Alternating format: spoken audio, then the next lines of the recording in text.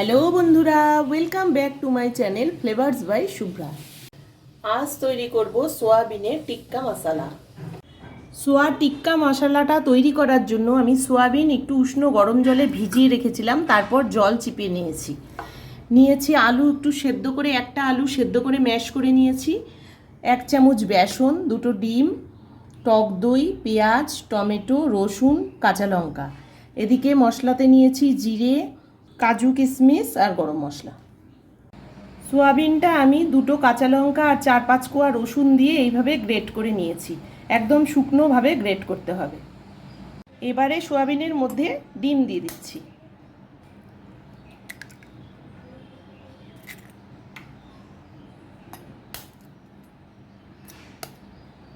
দিয়ে দিচ্ছি বেসন, পেঁয়াজ কুচি, লবণ, হলুদ গুঁড়ো সব দিয়ে এবার আমি ভালো করে সোয়াবিনটা মাখিয়ে টিক্কা বানিয়ে নেব। এইভাবে আমি সোয়াবিনের টিক্কাগুলোকে রেডি করে নেব।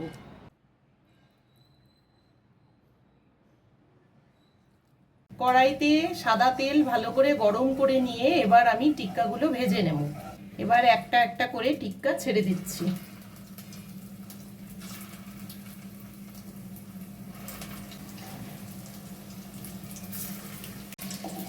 টিক্কাগুলো খুব ভালো করে লাল করে ভেজে নিতে হবে, খেতে তাহলে খুব সুন্দর মুচমুচে হবে। ভাজাটা হয়ে গেছে, এবার আমি তুলে নিচ্ছি। এই যে টিক্কাগুলো কেমন সুন্দর হয়েছে দেখো।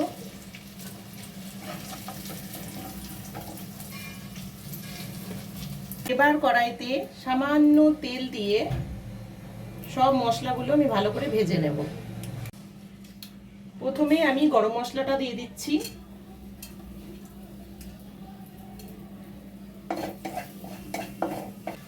এরপর পেঁয়াজ কুচি,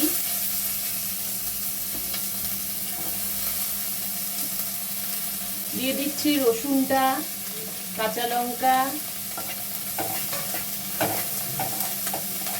টমেটোটাও দিয়ে দিলাম। পেঁয়াজগুলো ভালোভাবে নরম হওয়ার জন্য সামান্য নুন দিয়ে দিলাম।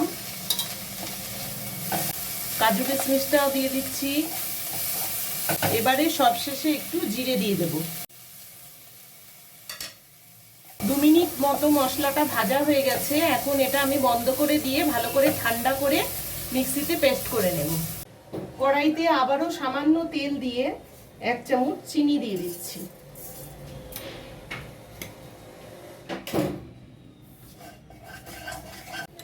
এবার দিয়ে দিচ্ছি সেই ভাজা মশলার পেস্টটা।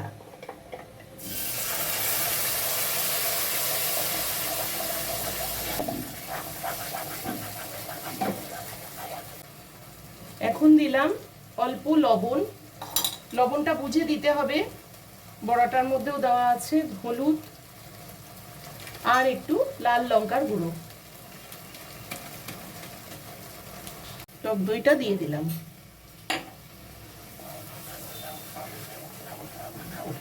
মশলাটা ভালোভাবে কষে গেছে। এইবার আমি সেই আলু মাখাটা, যেটা আমি আলুটা একটু ম্যাশ করে রেখেছিলাম, ওটা দিয়ে দিচ্ছি।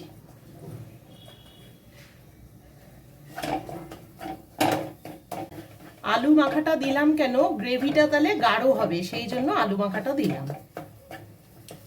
এবার আবারও একটু সামান্য জল দিয়ে আরেকটু কষিয়ে নিয়ে এবার সম্পূর্ণ জল দিয়ে দেব।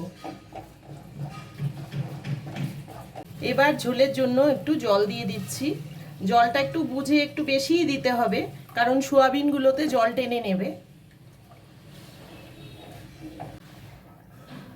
টিক্কাগুলো দেখো, বিকালের টিফিনে এগুলো চায়ের সাথে খেতে খুব সুন্দর লাগে। ঝোল ফুটে উঠেছে, এখন আমি টিক্কাগুলো ছেড়ে দেব। টিক্কাগুলো দিয়ে বেশি ফোটানো যাবে না, তাহলে ভেঙে যাবে। তোমাদের যদি এই রান্নাটা ভালো লেগে থাকে, সোয়াবিনের টিক্কা মশলাটা, তাহলে ভিডিওটিকে লাইক করো, চ্যানেলটিকে সাবস্ক্রাইব করো। আর যারা ফেসবুক পেজ থেকে দেখছো, তারা পেজটিকে ফলো করে দিও। এখন আমি টিক্কাগুলো দিয়ে দিচ্ছি।